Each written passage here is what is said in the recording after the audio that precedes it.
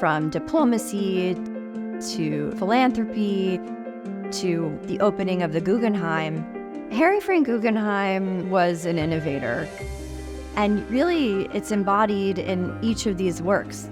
Marc, Giacometti, Gauguin, they too were pushing the boundaries of our history in their own times.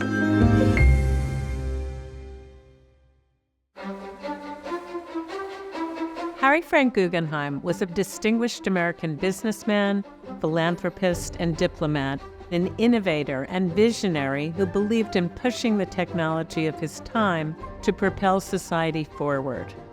He is perhaps best known for his aggressive support of commercial aviation and modern rocketry. But Harry was a true Renaissance man. He once played in Wimbledon, he served as the U.S. ambassador to Cuba, he fought in both world wars, founded Newsday, and even won the Kentucky Derby. Within the art world, however, his most lasting contribution is the establishment of the landmark Solomon R. Guggenheim Museum on Fifth Avenue. Coming from his personal collection, these 3 works acquired over 70 years ago by Harry Frank Guggenheim will be the highlights of the season offered in our modern evening auction on November 18th. In keeping with his legacy, proceeds of the sale will benefit the Harry Frank Guggenheim Foundation. This painting by Franz Marc, the German expressionist artist, is called The Long Yellow Horse, painted in 1913. And it's a spectacular example from one of the peak years in his very short-lived artistic career. Franz Marc was right at the forefront of what became the breakthrough into modernism and finally later on into abstraction. The animals are the protagonists of his paintings. He saw them as the purest, most spiritual souls of all living beings. The horse is the leitmotif that runs through his works, as epitomized in his great paintings such as the Blue Horses in Minneapolis. You see the yellow horse occupying center stage with a rainbow behind and a landscape setting in front of a red house. What he does is to bring color into his compositions in a way that reflects symbolism and spirituality and emotion. It is a way for him to innovate, to push the boundaries, to break away from naturalism. The colors are spectacular, vivid, primary colors, very much Franz Marc's style at this time. Gauguin not only created paintings and drawings, he created sculpture. The present work is an incredibly rare example from his ceramic practice. Paul Gauguin's La Femme Noire is ceramic, created in the summer of 1889.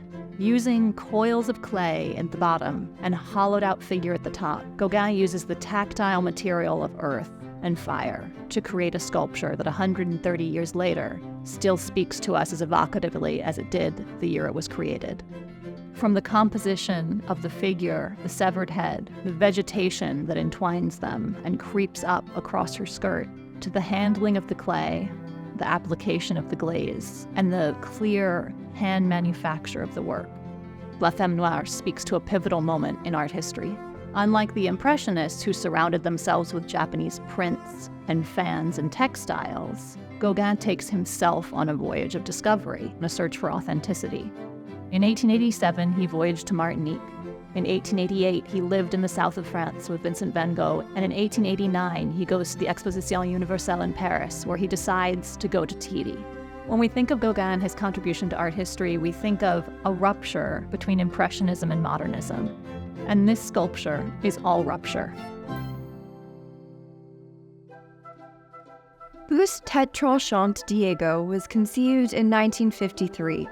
This specific head of Diego was acquired by Harry Frank Guggenheim in March of 1955 and included in the artist's first U.S. retrospective that year. The Guggenheim show was positively received, and Giacometti was toasted critically as the leading sculptor of his generation. With this praise, commercial success followed. This moment in 1953, when this was conceived, he was very much plagued by his own personal anxieties. And then, when it's included in this important show in 1955, he regains this confidence. Buste, Tête, tranchante belongs to a series of celebrated bronzes that radically address our understanding of portraiture in 3 dimensions. Here, Giacometti is manipulating the bronzes to distort our perspective. When you view it in profile, the bronze bears this great resemblance to his model, Diego, yet frontally the face is almost flattened into a vertical blade, a knife's edge, a balance between resemblance and distortion, holding the work in this incredible state of flux. This bronze surface is really alive with energy. The works from the Harry Frank Guggenheim collection are all unique objects, a distillation of who the artist was and what he was trying to achieve. Giacometti, Gauguin, and Marc helped us to define what modernism is and how we think of 20th century art as a whole.